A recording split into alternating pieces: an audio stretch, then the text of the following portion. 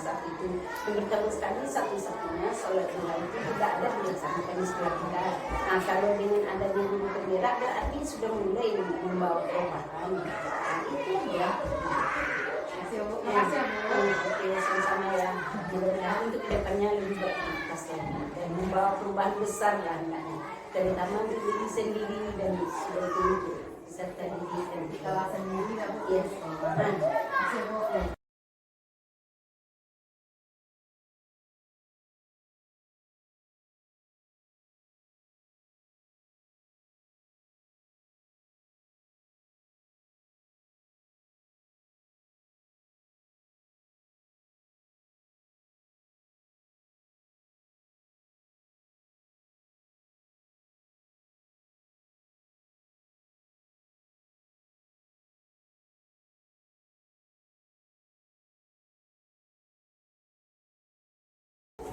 Duduk baik-baik.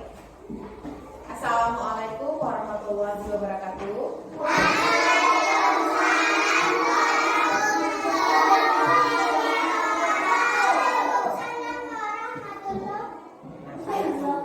Baiklah, anak hebat kelas 1A, hari ini Ibu memberitahukan informasi sama kalian semuanya bahwa untuk kelas 1A, kita di kelas 1A ini nantinya 1 kali 1 minggu kita akan melaksanakan sholat duha di kelas kita ini. Sholat apa namanya? Sholat duha kita yaitu setiap hari Senin. Setiap hari apa?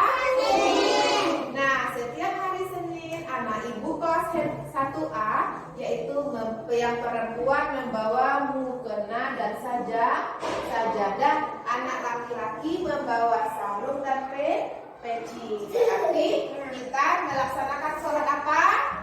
Sholat duha di kelas kita ini. Nah, iya. Nah, apa yang kita bawa tadi? Yang perempuan bawa apa? Mukena dan sajadah. Anak laki-laki bawa apa, Fanta? Sarung dan peci. Hari apa sayang? Hari Senin. Peci itu warnanya ya hitam.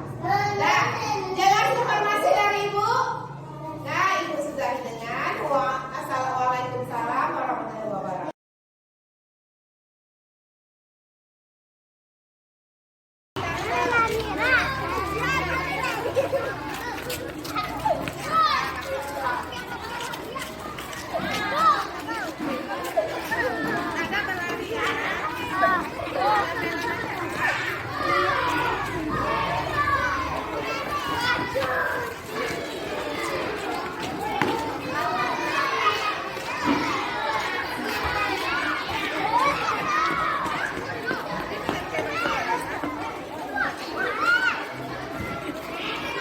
Raya.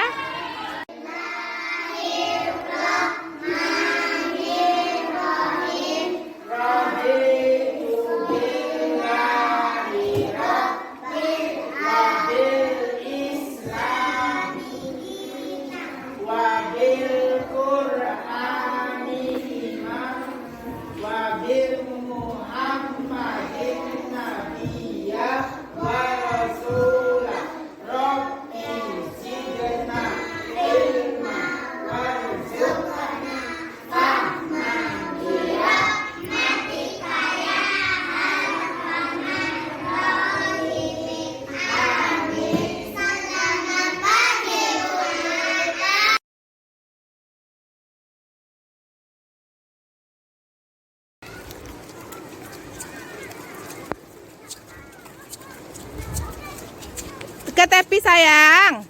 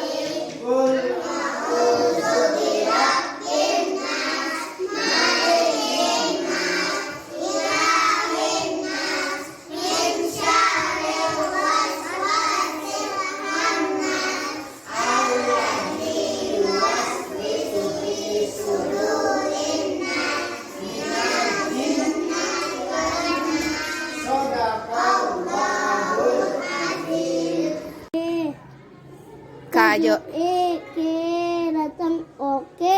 Keo. Keo. Datang nggak?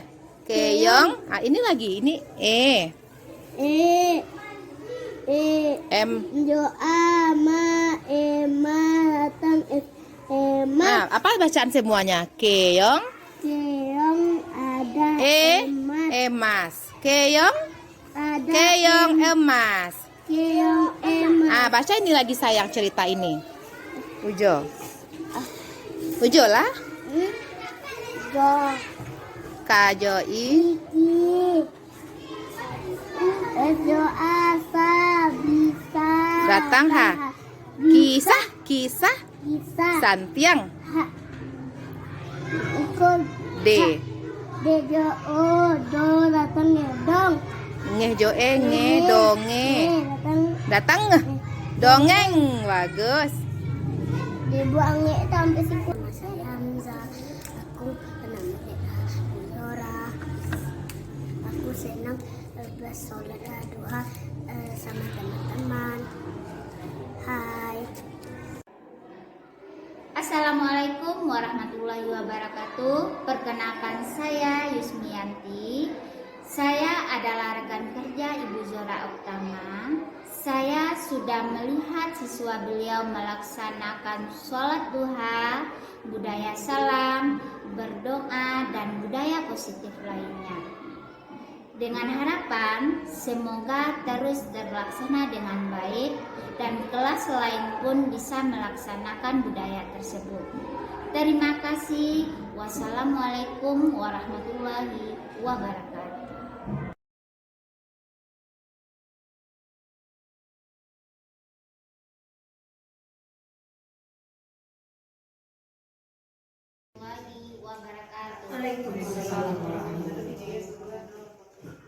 Yang terhormat Ibu Kepala Sekolah sekaligus juga sebagai Apa? Yang terhormat Ibu Kepala Sekolah sekaligus juga sebagai koordinator acara ini, Ibu Ermayenis SPD. Yang terhormat Bapak Adi Atmaja SPD dan Ibu Zora Oktama SPD, calon guru penggerak angkatan 4 dari SDN 10 Kota Tinggi Surian, Kabupaten Solo. Seterusnya, rekan guru hebat SDN 10 Kota Tinggi Surian yang saya banggakan.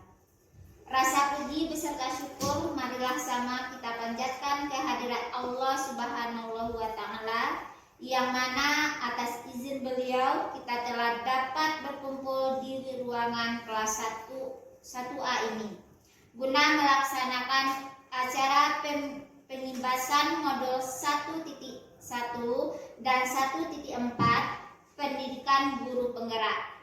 Selawat berangkaikan salam kita hadiahkan buat pucuk pimpinan kita, yakni Nabi besar Muhammad Sallallahu Alaihi Wasallam. Ini sebagai peserta pengimbasan materi 1.1 dan 1.4 pendidikan guru penggerak yang dilaksanakan oleh beliau-beliau ini, angkatan 4 pendidikan di sekolah kita ini. Beliau itu adalah pembawa pembaharuan dan kedepannya kita sebagai pengimbasan untuk memajukan anak-anak kita. Bagaimana pendidikan di SD kita ini untuk kedepannya, dengan adanya 2 orang calon guru penggerak di sekolah kita ini, mudah-mudahan ilmu yang didapatkan oleh Bapak dan Ibu ini imbaskannya kepada kita dan kemajuannya untuk anak pendidikan kita ke depannya. Membimbing acara kita dari sampai sekarang dengan hangat sekali. Terima kasih kepada Bapak Ibu semuanya atas kesediaannya dalam acara kita hari ini. Bismillahirrahmanirrahim. Assalamualaikum warahmatullahi wabarakatuh. Waalaikumsalam warahmatullahi wabarakatuh. Salam sehat, salam bahagia untuk kita semuanya. Baiklah Bapak Ibu, pada siang ini saya akan mencoba memaparkan materi yaitu modul 1.1 pendidikan guru penggerak, yang mana modul 1.1 ini adalah tentang filosofi pendidikan Ki Hajar Dewantara, khususnya dalam bidang pendidikan di sekolah kita ini. Sebagai guru atau sebagai pamong, kita harus menuntun anak-anak kita. Apa maksudnya? Maksud pendidikan itu adalah menuntun. Apa yang kita tuntun? Menuntun segala kekuatan kodrat yang ada pada anak-anak, agar mereka dapat mencapai keselamatan dan kebahagiaan yang setinggi-tingginya, baik sebagai manusia maupun sebagai anggota masyarakat. Di sini saya paparkan siswa kita yang datang ke sekolah.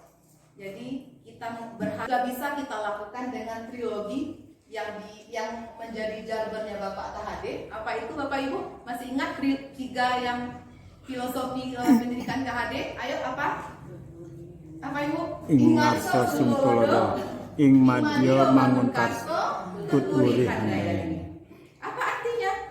Di depan kita menjadi teladan, di tengah-tengah kita memberikan Dorongan. memberikan semangat ya Bu ya, atau motivasi. Dan ketika kita berada di belakang, kita menjadi pendorong bagi siswa-siswi kita.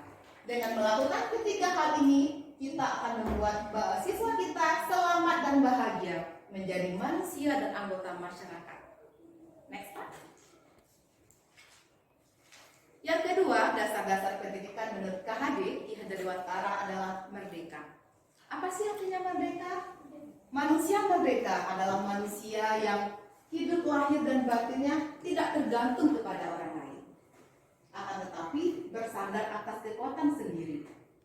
Maksudnya pengajaran dan pendidikan yang berguna untuk beri kehidupan bersama di kursi atau lesehan di karpet. Jadi di sana sudah terbentuk ada satu kemerdekaan. Mereka maunya di mana?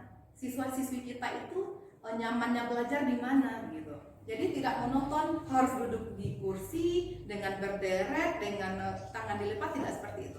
Tapi kita buat mereka merasa merdeka, buat mereka merasa nyaman dan merasa bahagia ketika menerima pelajaran dari kita.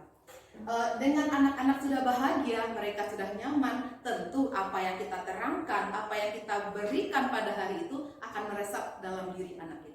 Jadi berikan mereka kebebasan, tetapi tentu kebebasan yang menuntun seperti yang pertama tadi. Nah, di sini kita harus benar-benar menjadi guru yang sejati. Artinya, ibaratkanlah siswa-siswi kita itu sebagai anak kandung kita sendiri. Bagaimana sih kita dengan anak kandung kita? Misalnya kalau anak kita masih bayi, popoknya basah, di malam hari kita sedang tidur enak, dia nangis-nangis, apakah akan kita biarkan saja? Tentu tidak. Tentu walaupun dengan berat hati kita mengganti popoknya. Nah, jadi ibaratnya seperti itu Bapak Ibu. Kita ibaratkan siswa-siswi kita itu adalah anak kandung kita. Perlakukan mereka dengan kasih sayang. Menghamba dalam artian meletakkan hati kita pada anak kita. Kembali sayangi mereka. Jadikan, kalau saya sekarang doa saya untuk anak saya seperti ini Bapak Ibu. Ya Allah, jadikanlah siswa-siswi saya kelas 1A pandai membaca, semuanya seperti itu Bapak Ibu. Jadi kita yakini saat ini anak itu ternyata sudah membawa kodratnya masing-masing dari lahirnya mereka.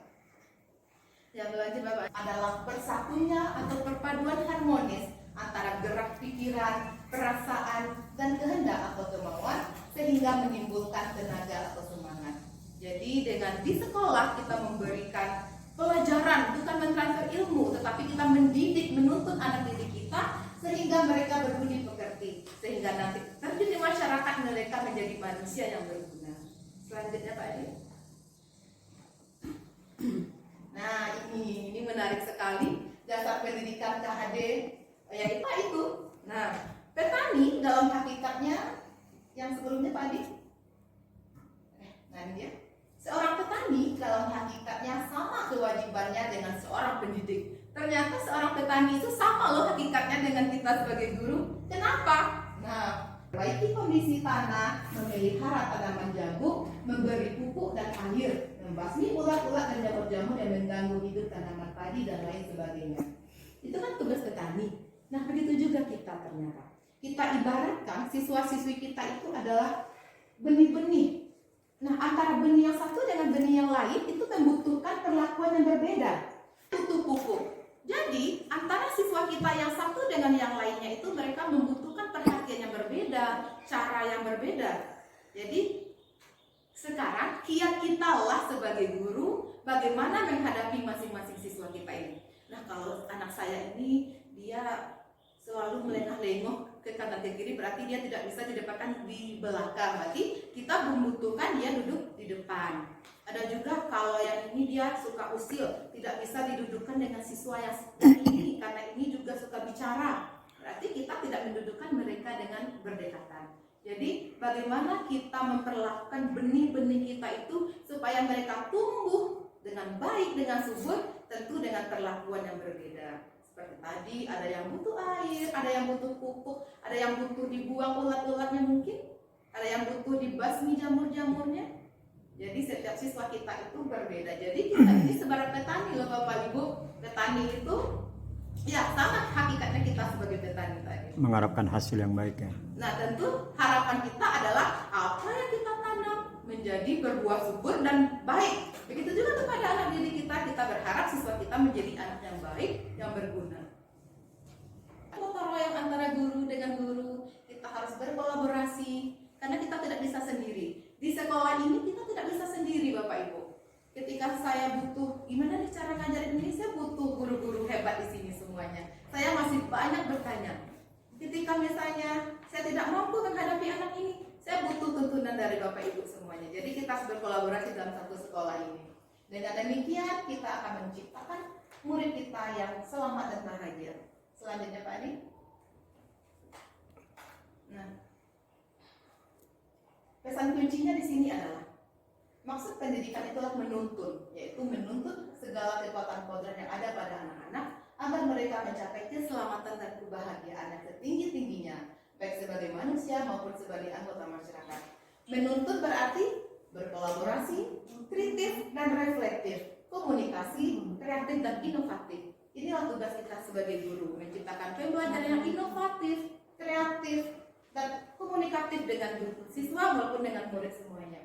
Ajak mereka berreflektif. Di akhir kegiatan, ajak siswa kita.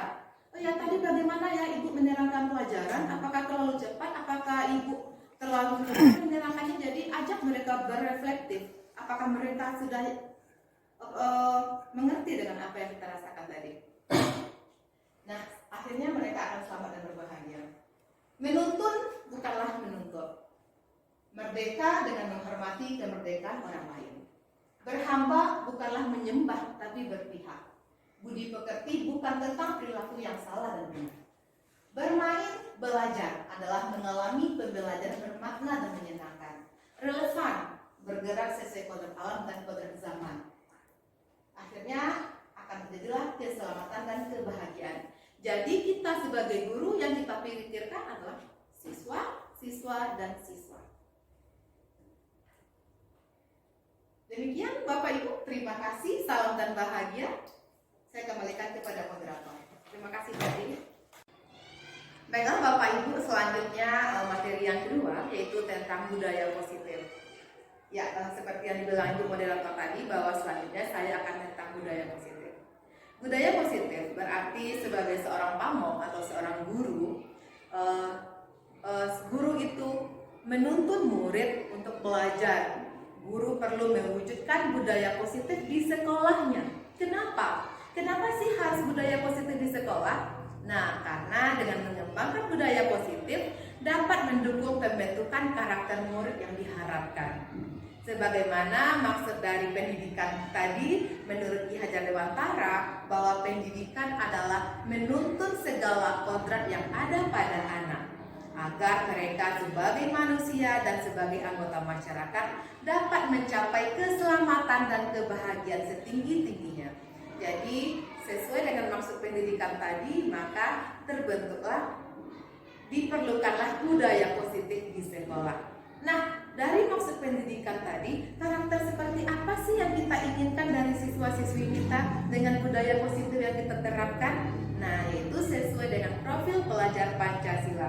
Yang mana profil pelajar Pancasila itu berarti adalah pelajar Indonesia merupakan pelajar sepanjang hayat yang memiliki kompetensi dan berperilaku sesuai nilai-nilai Pancasila. Pelajar yang memiliki profil yang demikian itu adalah pelajar yang terbangun untuk ada enam dimensi pembentukannya. Apa saja yang 6 itu? Yang pertama, yaitu siswa yang beriman, bertakwa kepada Tuhan Yang Maha Esa, dan berakhlak mulia. Tentunya kita berharap semua anak didik kita beriman, melakukan kewajibannya sebagai manusia terhadap Tuhannya, yaitu beriman kepada Tuhan Yang Maha Esa, yang kemudian adalah berakhlak mulia. Siswa-siswi kita tentunya kita bimbing mereka untuk berakhlak mulia. Yang kedua, mandiri. Ya, sama dengan merdeka tadi, mandiri, melakukan tidak tergantung kepada orang lain. Jadi mereka tumbuh menjadi manusia yang mandiri. Yang ketiga, bergotong royong. Nah, bergotong royong sesuai sekali dengan falsafah orang Minang, bahwa orang Minang itu suka bergotong royong, ya Bapak Ibu. Ya, benar sekali bahwa zaman dahulu kala sampai sekarang pun masih harus kita akarnya harus kita tancapkan kuat-kuat dari sekarang, bahwa gotong royong itu harus ditanamkan dari dini, dari sekarang ini. Yang keempat adalah berkebinekaan global. Jadi walaupun mereka tetap melestarikan budaya mereka, kearifan lokal, tetapi tidak pula kita ingkari bahwa mereka, anak-anak kita ini tumbuh dan besar di zaman globalisasi, yang mana dunia penuh dengan keajaiban dari teknologi internet misalnya. Jadi mereka pun harus kita kembangkan dengan kemajuan teknologi, karena kita semua, anak-anak kita tumbuh di abad 21. Selanjutnya, bernalar kritis, yaitu profil pelajar Pancasila yang bernalar kritis, mampu berpikir, mencerna apapun itu. Yang keenam, kreatif. Siswa yang kreatif kita harapkan muncul dari siswa-siswi kita dengan kita tuntun mereka. Akhirnya, budaya positif di sekolah adalah apa itu? Adalah nilai-nilai keyakinan dan kebiasaan di sekolah yang berpihak pada murid, agar murid dapat berkembang, berpikir kritis, ramah, hormat, dan bertanggung jawab. Nah, itulah yang kita harapkan. Bapak Ibu semuanya, selanjutnya ke kebutuhan dasar manusia. Jadi ada 5 kebutuhan dasar manusia. Yang pertama adalah penguasaan. Yang kedua, kebebasan. Siswa-siswi kita butuh kebebasan. Yang ketiga, kesenangan. Keempat, survival. Kelima adalah cinta kasih. Jadi setiap siswa kita itu mereka memiliki 5 kebutuhan dasar. Contohnya, ada siswa yang dia suka menyanyi, tetapi apakah boleh dia waktu belajar menyanyi? Tentu tidak. Jadi semua kebutuhan siswa-siswi kita itu kita batasi, kita tuntun mereka. Jadi apapun kebutuhan mereka kita batasi, kita tuntun mereka untuk tetap melakukan yang terbaik dari kita. Nah, selanjutnya Bapak Ibu guru yang saya hargai adalah tentang posisi kontrol guru. Penting bagi kita guru untuk memahami bagaimana guru harus memposisikan diri saat berhadapan dengan murid. Terkadang kita, saya juga termasuk di sana, ketika melihat siswa kita tidak melakukan kesepakatan kelas yang telah kita perbuat, kita langsung marah, langsung keluar kata-kata kasar kita, menghardik siswa kita. Nah, tetapi setelah kita mempelajari posisi kontrol kita akan tahu di mana posisi kita. Nah, ada 5 posisi kontrol guru. Yang pertama yaitu sebagai penghukum, kedua pembuat rasa bersalah, ketiga sebagai teman, lalu ada pengontrol, dan terakhir adalah manajer. Jadi ada 5 posisi kontrol guru. Nah, sejauh ini sudah sampai di manakah posisi kontrol itu? Selanjutnya adalah tentang restitusi, yang mana menurut Gonsen 2004, saya bacakan, restitusi adalah proses menciptakan kondisi bagi murid untuk memperbaiki kesalahan mereka, sehingga mereka bisa kembali pada kelompok mereka dengan karakter yang lebih kuat. Nah, ini Bapak Ibu, kami sudah mencoba melakukannya dengan membuat video singkat bersama salah seorang siswa. Ya, ini juga salah satu tugas kami. Nah, apa sih ciri-ciri restitusi itu? Nah, ada 9 ciri-cirinya. Yang pertama, bukan menembus kesalahan.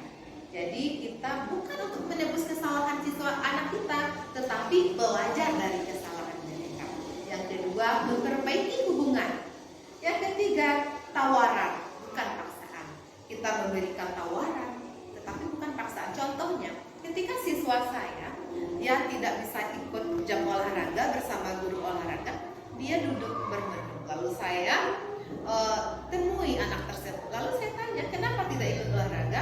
Karena tidak bawa baju olahraga, Bu. Iya, memang karena itu kesepakatannya. Nah, sekarang ibu kasih tawaran, mau jemput pulang bajunya atau ada yang mengatakan. Jadi kita kasih dia tawaran. Tetapi bukan sebuah paksaan ya Bapak Ibu. Ya di sini itu intinya. Selanjutnya adalah restitusi melihat, menuntut untuk melihat ke dalam diri mereka. Kita kasih mereka untuk resapan, melihat ke dalam diri mereka. Selanjutnya, restitusi mencari kebutuhan dasar yang mendasari tindakannya. Kenapa mereka melakukan tindakan seperti itu? Apa dasarnya? Selanjutnya, restitusi adalah cara yang paling baik untuk memperbaiki diri. Selanjutnya, restitusi fokus pada karakter, bukan tindakan. Restitusi fokus pada solusi. Kita carikan siswa kita solusi dari masalah mereka. Misal, kalau dia sering terlambat pergi sekolah, kita cari dulu apa dasarnya dia sering terlambat. Mungkin kalau jawabannya sering tidur malam, Bu, berarti kita kasih mereka solusi. Tidur lebih awal seperti itu. Lalu yang terakhir, restitusi adalah mengembalikan murid yang berbuat salah pada kelompoknya.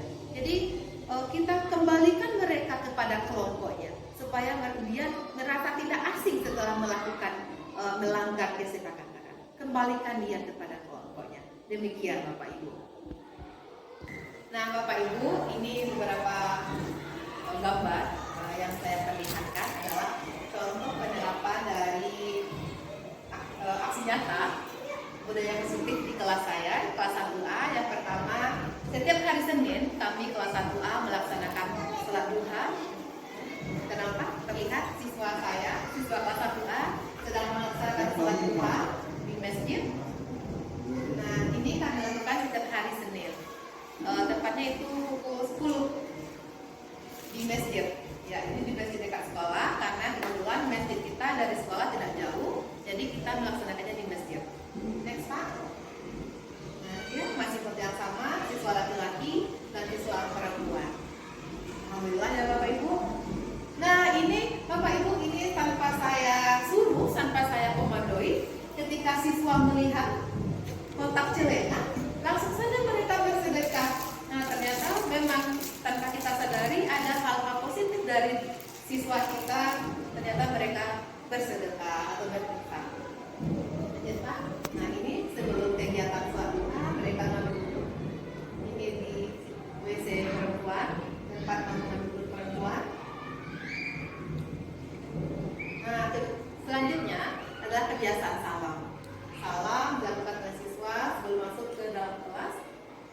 Lanjut Pak. Ini berdoa, siswa sedang berdoa. Nah, ini ternyata kebiasaan salam itu juga telah mereka lakukan. Siswa yang diantarkan oleh orang tuanya, mereka juga melakukan salam. Nah, seperti yang tadi foto. Nah, itu dia ada seorang ayah mengantarkan anaknya bersalaman, menarik sekali ya Bapak Ibu. Nah, ini ya, siswa kita bersalaman. Nah, ini juga siswa bersalaman pagi hari dengan bertemu dengan guru. Iya. Nah, itu adalah beberapa contoh budaya positif yang telah dilakukan di sekolah. Selain itu, juga mungkin ada sampah, tetapi tidak ada di sini. Mereka saling sapa dan senyum. Ya, demikian Bapak Ibu. Nah, Bapak Ibu semuanya, demikianlah pembahasan pada modul 1 tentang budaya positif yang telah saya pelajari di pendidikan guru penggerak selama 1 bulan ini, dan bagaimana pengimplementasiannya di kelas yang sudah saya paparkan tadi. Akhirnya saya mengucapkan banyak maaf atas segala kesalahan dan kekurangan saya, dan terima kasih saya ucapkan atas perhatian Bapak Ibu semuanya. Akhir kata, wabillahi taufiq wal hidayah. Wassalamualaikum warahmatullahi wabarakatuh. Waalaikumsalam warahmatullahi wabarakatuh.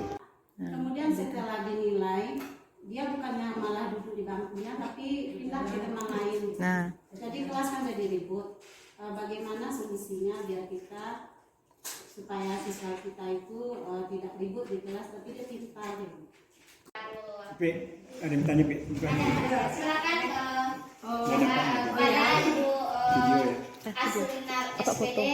Ya, umpamanya kalau anak itu sudah kelas 3 kan, jadi masih ada beberapa orang anak yang belum tahu dengan huruf, belum ngerti membaca kan. Jadi apa langkah-langkah yang harus kita laksanakan, yang harus kita tempuh? Itu ya. Yang pertama kita lakukan adalah kita petakan dulu Bapak Ibu. Petakan apa sampai di mana kemampuan anak tersebut. Mungkin apakah sudah tahu huruf atau belum tahu huruf. Nah, jadi kita petakan. Kalau misalnya dia tahu huruf atau dia tahu huruf tapi hanya di mulut saja. Nah, jadi kita buat pemetaan seperti itu. Selanjutnya kita buat kesepakatan. Nanti setelah teman-temannya pulang, belajar dulu ya sama ibu. Jadi kita kasih dia les tambahan ibu. Kita kasih dia les tambahan. Les tambahan tersebut jangan buku bacaan, tapi buku yang menarik perhatian anak. Misalnya Yang buku bergambar cerita, ya? yang bergambar, yang tulisannya cukup besar. Atau kita bisa buat seperti ini pajangan di kelas. Kita buat kalimat sendiri gitu, yang mudah dipahami. Jadi bimbing dia ibu. Jadi ketika temannya pulang, kita berikan waktu 10 menit kepada anak tersebut, kita kasih dia les sama gitu. Bimbing dia. Seperti itu Bu, dari saya kepada Bapak. Memberikan suatu masukan, betul-betul memberikan suatu cara, kemudian suatu masukan bagi kami guru-guru yang boleh dikatakan ilmunya sedikit. Dari penjelasan tadi itu memang itu menambah wawasan. Kalau seandainya yang mungkin yang biasanya mengajarnya bagaimana tuh itu saja monoton mengajarnya, misalnya diajarkan begini tidak ada tambahan yang seperti yang diajarkan disampaikan oleh Ibu Zara tadi itu. Kalau guru hebat itu katanya membuat siswa itu di samping apa tadi itu Bu? Nyaman, bahagia. Bahagia. Kemudian tadi saya teringat ada satu kata yang disampaikan oleh Bu Zora, apa tadi awalnya itu? Betul-betul terkesan bagi saya. Guru itu harus seperti itu. Kalau muridnya begini, begini caranya. Harapan ya. Betul-betul menambah wawasan bagi saya sebagai guru. Nah itu. Ucapan terima kasih kepada guru penggerak. Mudah-mudahan akan lebih maju ke depannya dan memberikan tambahan wawasan kepada teman-teman yang ada di sekolah ini. Maju terus guru penggerak. Amin. Terima kasih. Sebagai untuk maju untuk pendidikan agama ke depannya ya. Jangan sampai untuk ibu dia semangat untuk keluarga ke depannya. Guru senior kita guru hebat di kelas 3. Mudah-mudahan ke depannya dari yang tadi itu lebih maju. Juga pesan sama dengan